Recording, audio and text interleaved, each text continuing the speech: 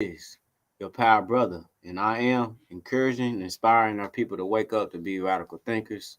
Like I say, I'm not your news. I just speak on the issues to give you the solution from my perspective. Like I say, I like to shine the light on a problem so we can have a solid solution, so we can have a direction as people, so we can work on rebuilding, truly rebuilding to be healing as people. If we don't address our problems, we're going to continue down this hole and this rabbit hole we already been in, and we keep digging deeper in. It's trauma, my people. We're trauma people. Epigenetics.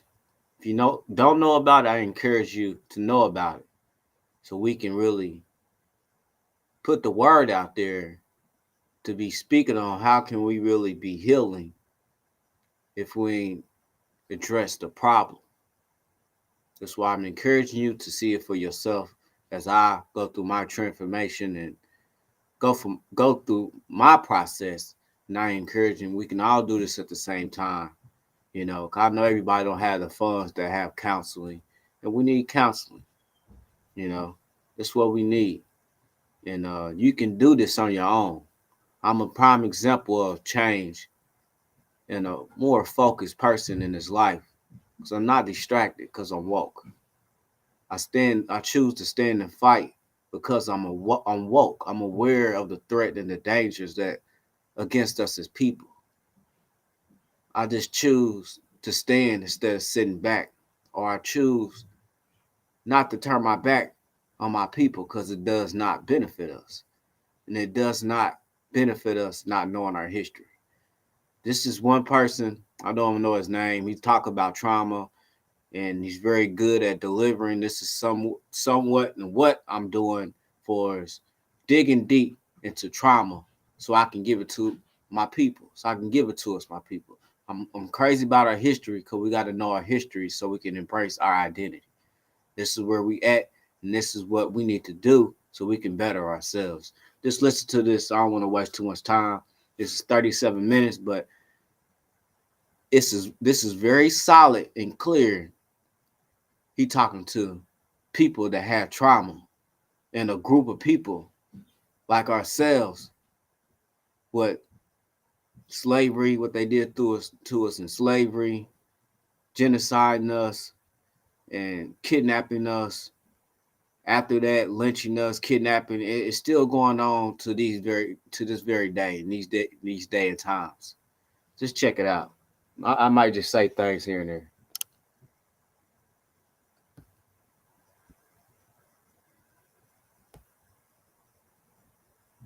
We're going to be doing a deep dive today into understanding trauma.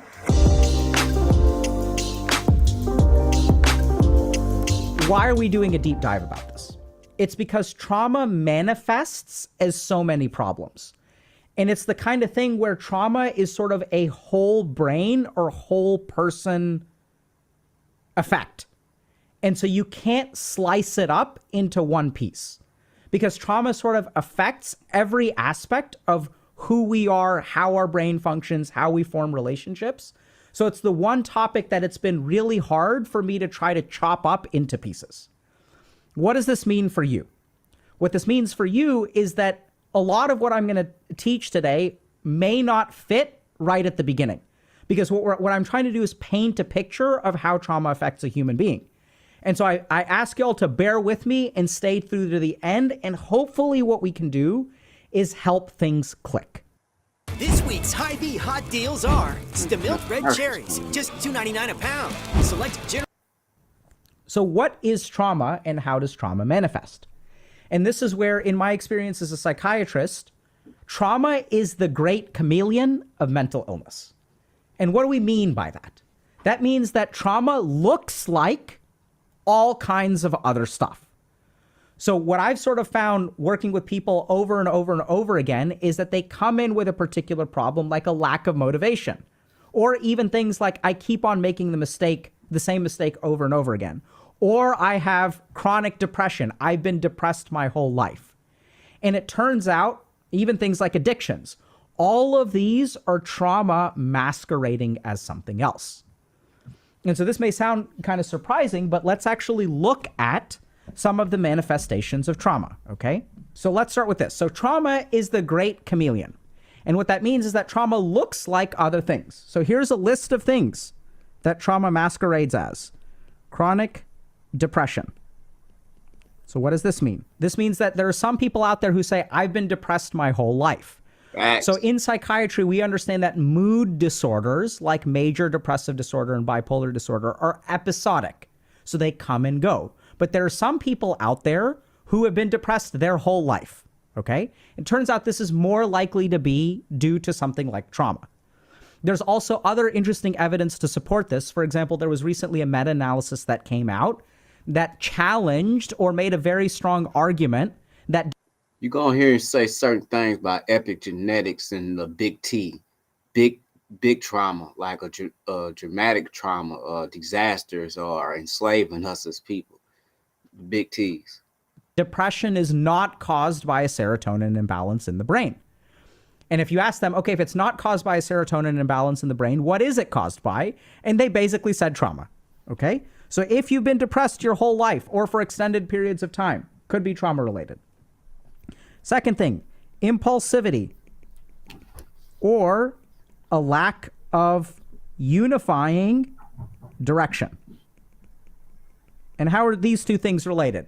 Well, I live my life kind of in an impulsive way. So I don't have any sort of direction. I just kind of do what I feel like in the moment. Sound familiar? Okay. Next up, vulnerability. And understand our people and us coming from the hood of struggling and surviving, that's stressful. This adds to our trauma, my people. To repeated mistakes. Repeated mistakes. What does that mean? This means you make the same damn mistakes over and over and over again. Don't we, people? Sound familiar? Turns out there's data that's related to trauma.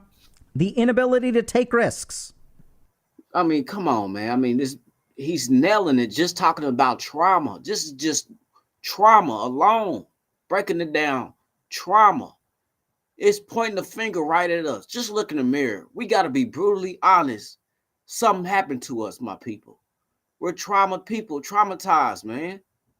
And by seeing our brothers like George Floyd and many more on the news and CNN without them blurring their face, man, it's reflecting the trauma. It's reoccurring. That's why it bothers us. Because I know for a fact it bothered me. I couldn't watch the whole 9 minutes. Afford to take risks.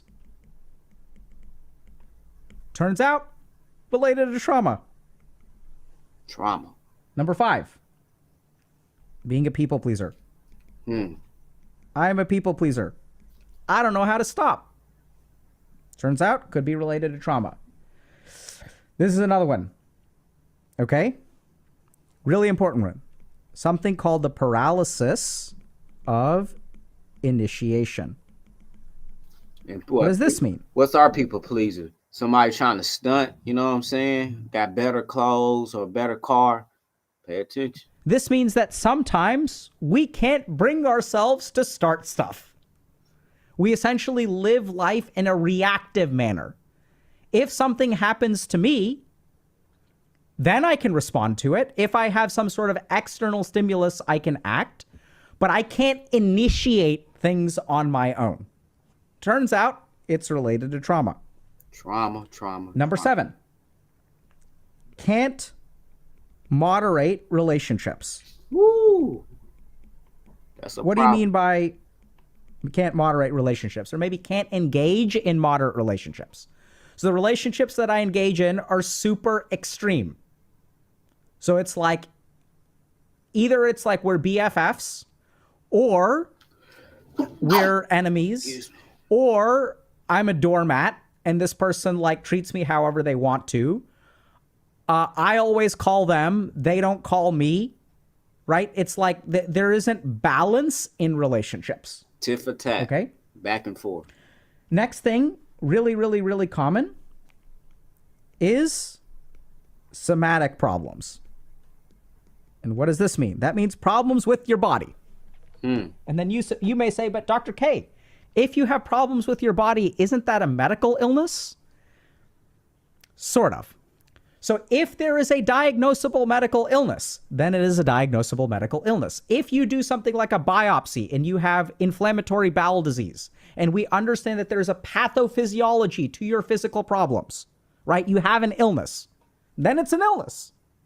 But what we see in people with trauma is that they have all kinds of physical problems, which if you go to a medical doctor, they're going to tell you to see a psychiatrist.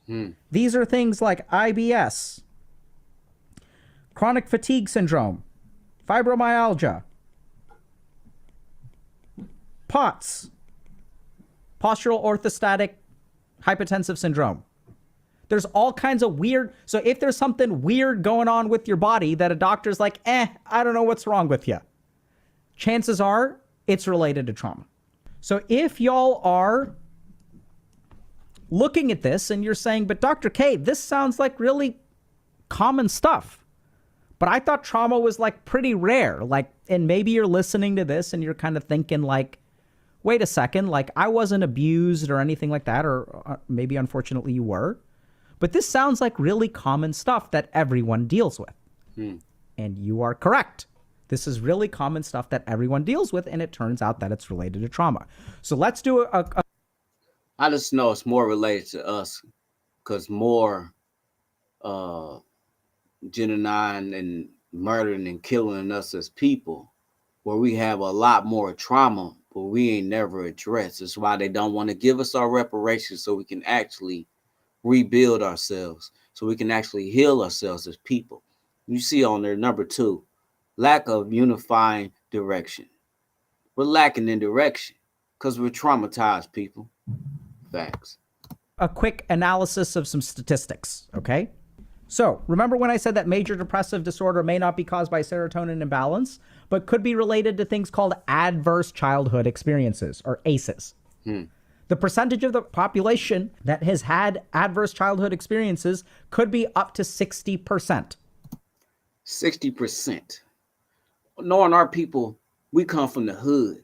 Yeah, it's probably a couple of our people that ain't come from the hood. It's like the basketball player, but he still got hood mentalities because he want to be like the rapper or the music that he's listening to. This is a choice. But let me tell you, just because you have wealth don't mean you still ain't traumatized. Because we got genocides and oppressed as a group of people. You know, we getting oppressed as a group of people in this system, not as individuals. We must acknowledge the problem. We must acknowledge the trauma so we can actually rebuild ourselves for healing ourselves. Facts. Now, what we've sort of discovered about trauma is that there are things called post-traumatic stress disorder, which requires you to have like 5 out of 9 of these very discrete things, like hypervigilance and like re-experiencing and nightmares and stuff like that. But it turns out that the mechanisms of trauma, like all of us basically have some kind of traumatic experience in life, right? Because our parents aren't perfect, schools aren't perfect, kids aren't perfect. And as we have these kinds of traumatic experiences, we don't have to have 5 out of 9. It can manifest as like 1 out of 9. So even if you're not diagnosed with a trauma-related illness because your function is not impaired, you can have this common crap and you can have like 2 of them. And it turns out that we understand the mechanism of this stuff relates to trauma. Trauma is sort of a unique illness, and the reason it's so common is because trauma is not a pathology of the brain or the mind. It is a normal adaptation to a traumatic circumstance or experience. So what that say to us? Normal adaptation, traumatic circumstances or experience. Coming from the hood, we just adapted in our hoods, and we're still traumatized, and we still have not evolved or be resilient in our neighborhoods because we still traumatized. And what you see on the news, on these networks, and seeing us still get disrespected and see us fight each other is still keeping us right at the damn bottom. Facts. Facts. Why people are traumatized. So this is something that we have to understand. When we look at mental illness, we assume that mental illness is something in the mind that is not working the way that it's supposed to. It's a pathology. So if you look at like autoimmune illness, okay? So this is when our immune system attacks us. That is not what the immune system was designed for. The immune system was designed to attack things that are not us, okay? So this is what we call a pathology. It's a part of my body that is malfunctioning. Malfunctioning. It's a problem in our mental and our thinking. It's a malfunction. So I don't think right. So I make irrational or silly, bad decisions day in and day out. But as long as I don't acknowledge the problem, as long as I don't acknowledge the trauma, as long as I don't shine the light on our problems as people or as a person, I would never rebuild. I would never heal. I would never start doing better to feeling better. Because once you know what's going on, you will start doing different things in your life that'll change your life, where you will start feeling better because you are knowing more to be doing better. If you know better, you will do better. When we look at something like, let's say, bipolar disorder, we're not, and if we look at a manic episode in bipolar disorder or psychosis, right? So in a manic episode, we don't sleep and we hallucinate. So the brain is not supposed to not sleep. It's a normal thing to sleep every day. It is also a normal thing for the things you see to actually be there, right? Like our eyes are supposed to perceive things that are there, not things that are made up. Bipolar disorder is a pathology. It is a malfunction of the brain. But trauma is different. Trauma is not a malfunction. It is an adaptation to a circumstance. Woo. Okay? So this is part of the other reason why it's so common and why it can masquerade as so many different things. Because really what trauma is our brain's attempt, or our whole body's beings attempt to deal with crappy circumstances. It's a survival mechanism. Just listen, survival mechanism. That's what we do in the hood. Just surviving. Just getting that bag. Just getting that money. Just surviving mechanism. Trying to ease my pain by just drinking this liquor. Just smoking this bud. Going to liquor store in the weed man every day. I'm just surviving. Trying to ease my mind as I steady at the damn bottle. Traumatized. Right? It's an adaptation. This is something that really needs to be understood. So if you have some kind of trauma and you're kind of screwed up as a result, you're not actually screwed up. And this is why I think there's a lot of hope for people with trauma. Even though their problems seem really, really insurmountable, it's actually very surmountable because there's not actually anything busted with you. It's just your body or brain's attempt to adapt to a bad circumstance. Okay, so the circuitry actually works, and we'll get into that. All right. What is like the mechanism through which the mind adapts to stuff? Okay. This is where I'm going to draw a little bit on Eastern psychology because I think they explain it really, really well. So as we go through life, we have experiences. Okay. This is somebody I will most definitely reach out to bring on our platform or bring to any event or just to be speaking to us, my people. This is what I'm all about, addressing the problem, addressing the trauma. Because I'm all about changing as a person and giving my people all the tools and the access so we can actually do better as a group of people. But we must be brutally honest to ourselves.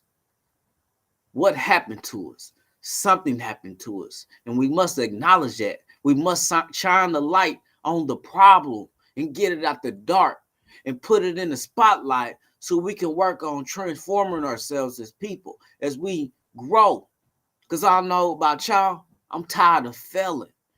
This is somebody I'm encouraging you to go look at often because it's a lot of trauma, different videos with people giving you a different insight of our problem as being traumatized people, a group of people that have been traumatized, that have been captured and controlled. And we're still in this system being traumatized day in and day out.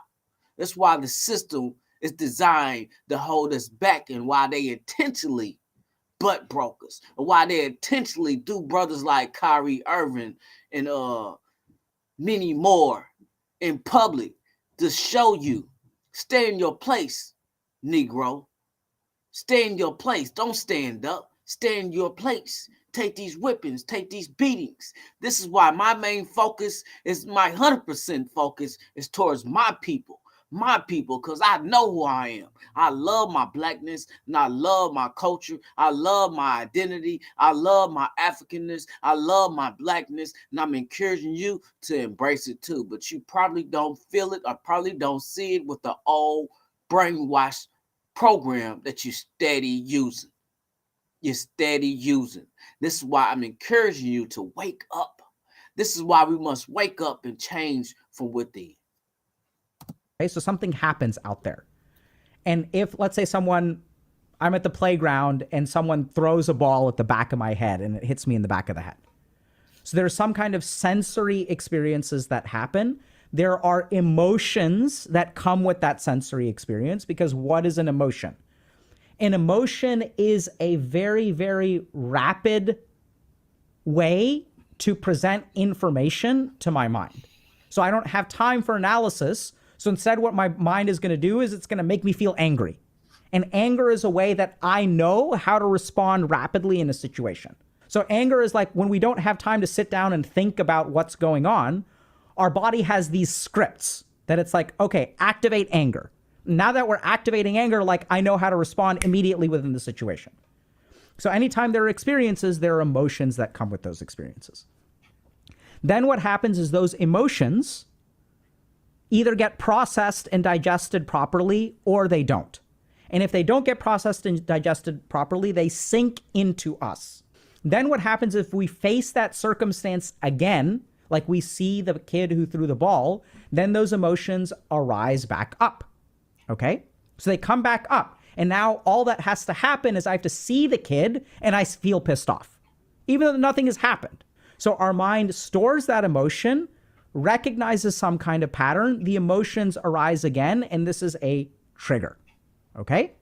Now, as we go into the science of trauma, what we kind of discover is that there are 5 major domains that trauma affects within a person. Okay? The first thing it affects is our affect, which means our emotions. So it changes the way that we relate to our emotions. And specifically, it does a lot of stuff with anger and also self-destructive behavior.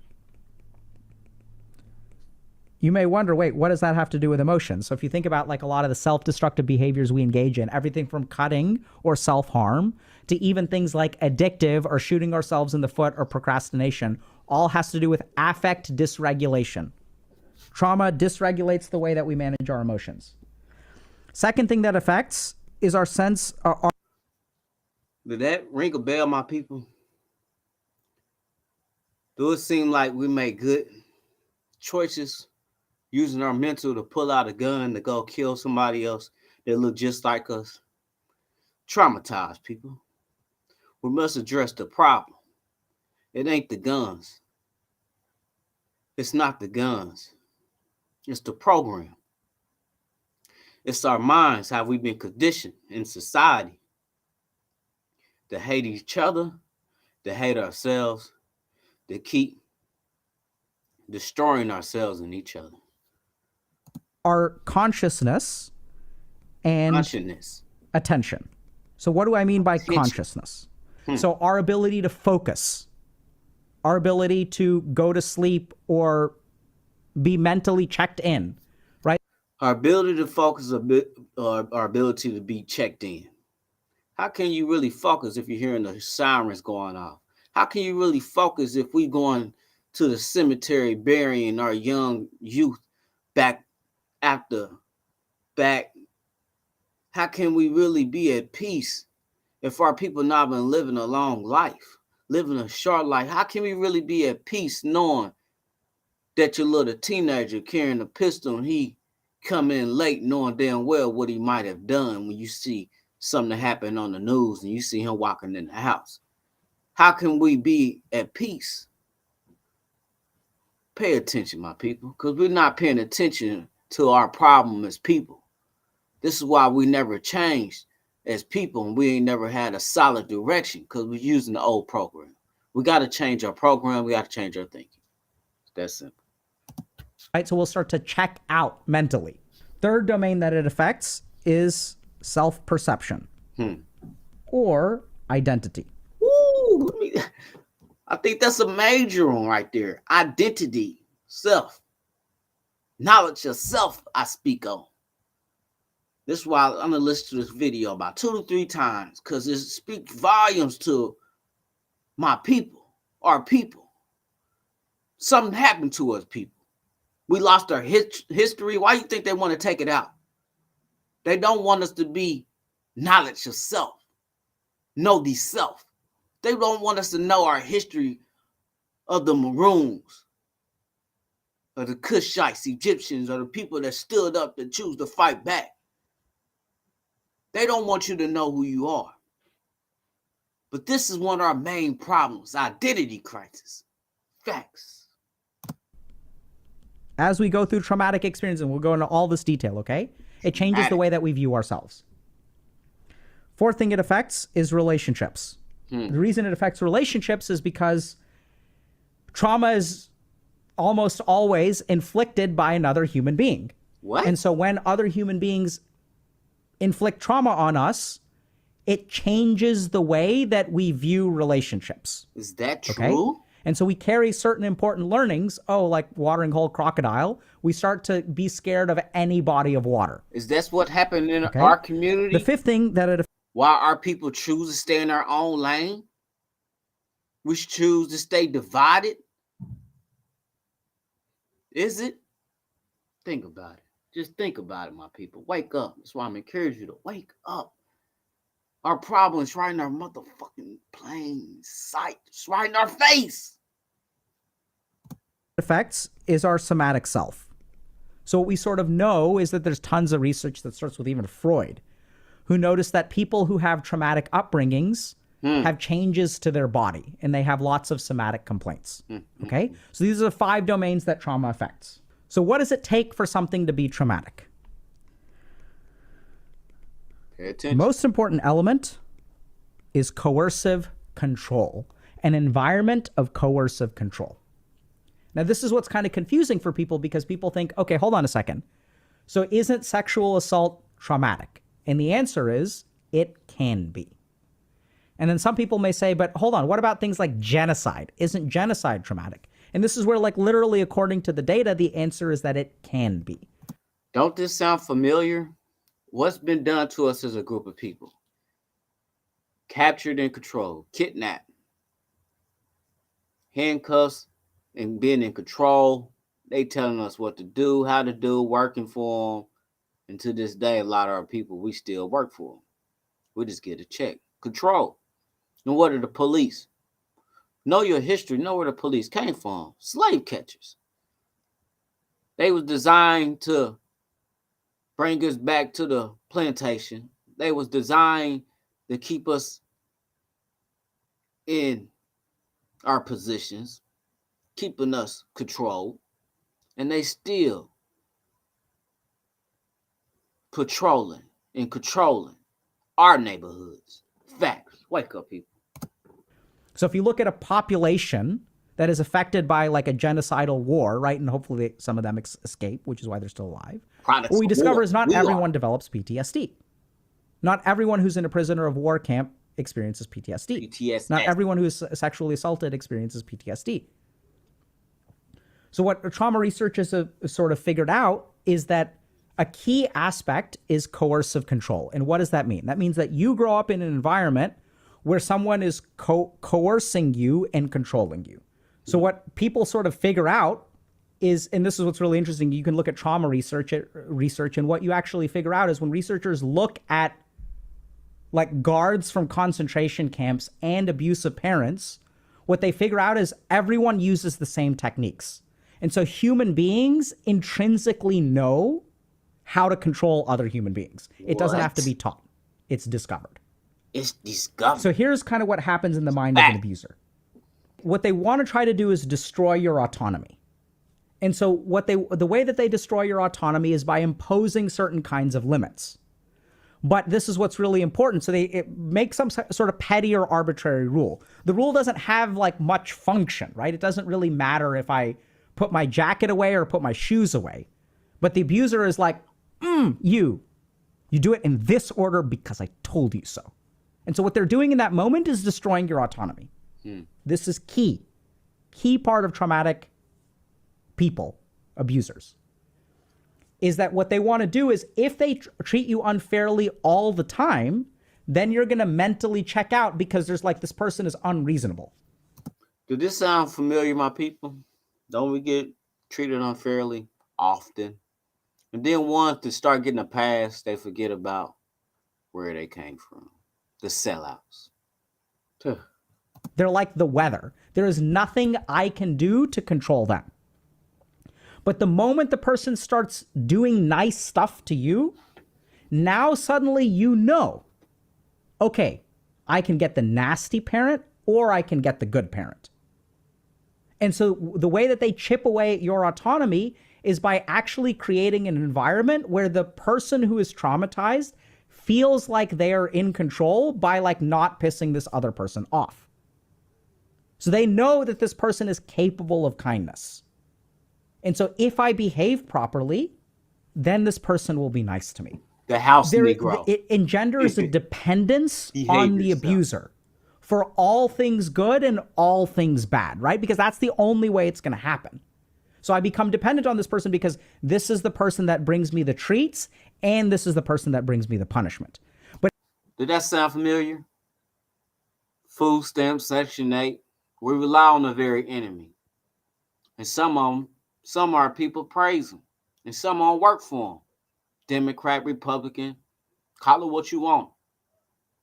Obama got a big house. He ain't built no institution, nothing for the people. He made it and got out of there like a lot of sellouts. If I'm wrong, if I'm right, hit me with a comment. But if I ever get the treats from one person and the punishment from another person, then I'm going to become independent. Because I'm going to say, F this person. So in the abusive relationship, what they actually do is they're very careful. We sort of see this. We'll call it love bombing, right?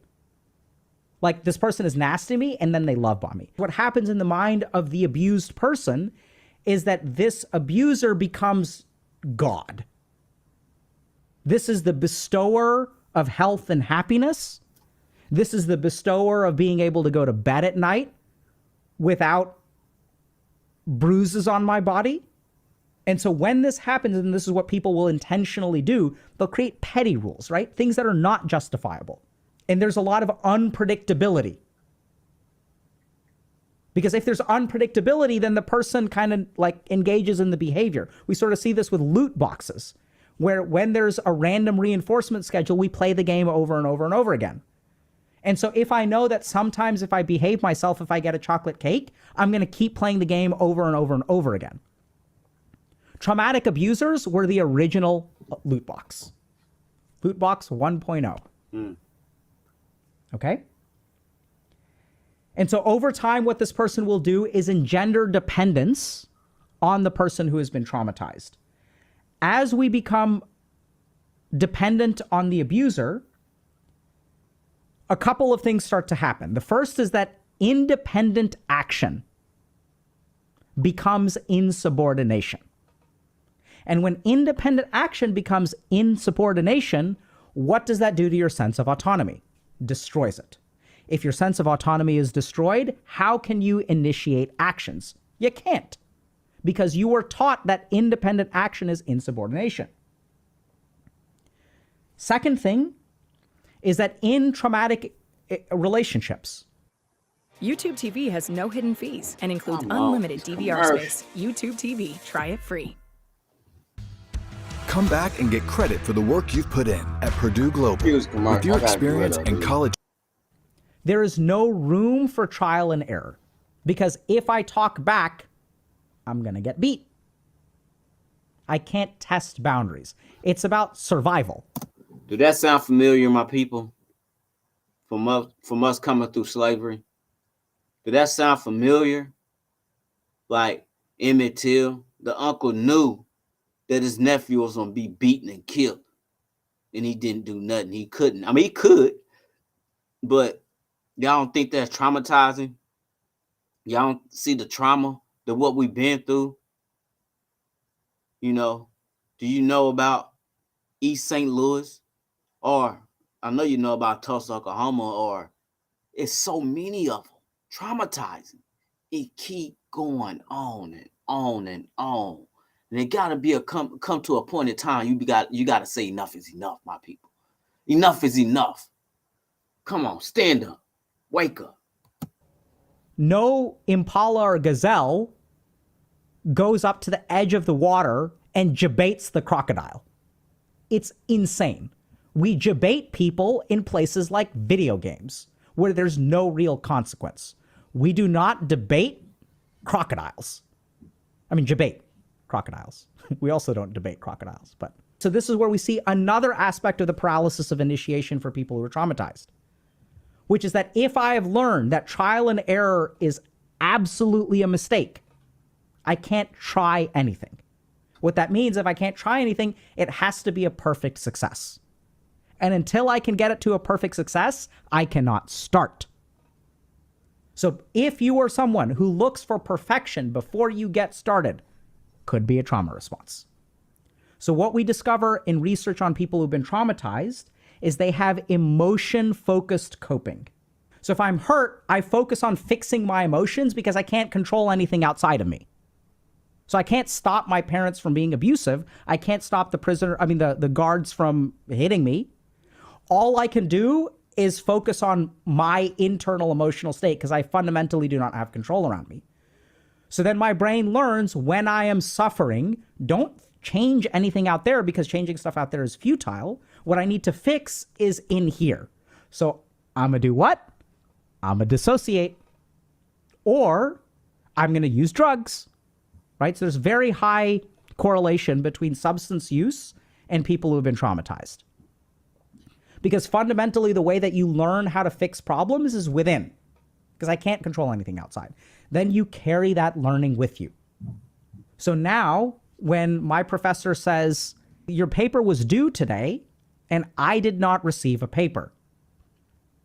So I have to dock you 10 points, but give it to me by the end of the weekend, and you can still get a B. This is a problem. Ah, my goodness. This is real good, man. Time kills me, man. You know, time is important. I use my time very wisely. And the name of that guy is Dr. K, right? Dr. K. Here's why trauma is so... Let me see. Here's why trauma is so common. Check out that video, man. I ain't about to sit up and watch. I just be busy. I just got some things to do. But check out that video, man. It give you an insight of our problem as people as I dig deep on trauma because I'm about my mental. And I am a mastermind. And I'm going to master the trauma. I'm going to master our problem so we have a solid direction. And it is transforming, changing the mindset, embracing your identity, embracing your culture, embracing your history so you can feel better and you'll know better. Knowledge yourself, know the self, know who you are, know yourself from within so you can embrace your identity. That's me for tonight. I'm just going to leave it at that. Knowledge is power. It can change your thought process, and your thoughts can change your behavior. And that'll trickle down into your actions. Once you acknowledge the trauma, you can rebuild yourself for healing yourself for change. Fact of the matter is, we are traumatized and trauma people, programmed and conditioned in the system. Be awakened for a changed identity. Be awakened for a changed environment. Be awakened for a changed mindset. If you change your mindset, you will change your life. You will change your environment. You will change your community. You will change your people direction if you're a better person. you'll be a better person for your people. You'll be a better person for your family, your friends, your kids, your mother, your father. You'll be a better person.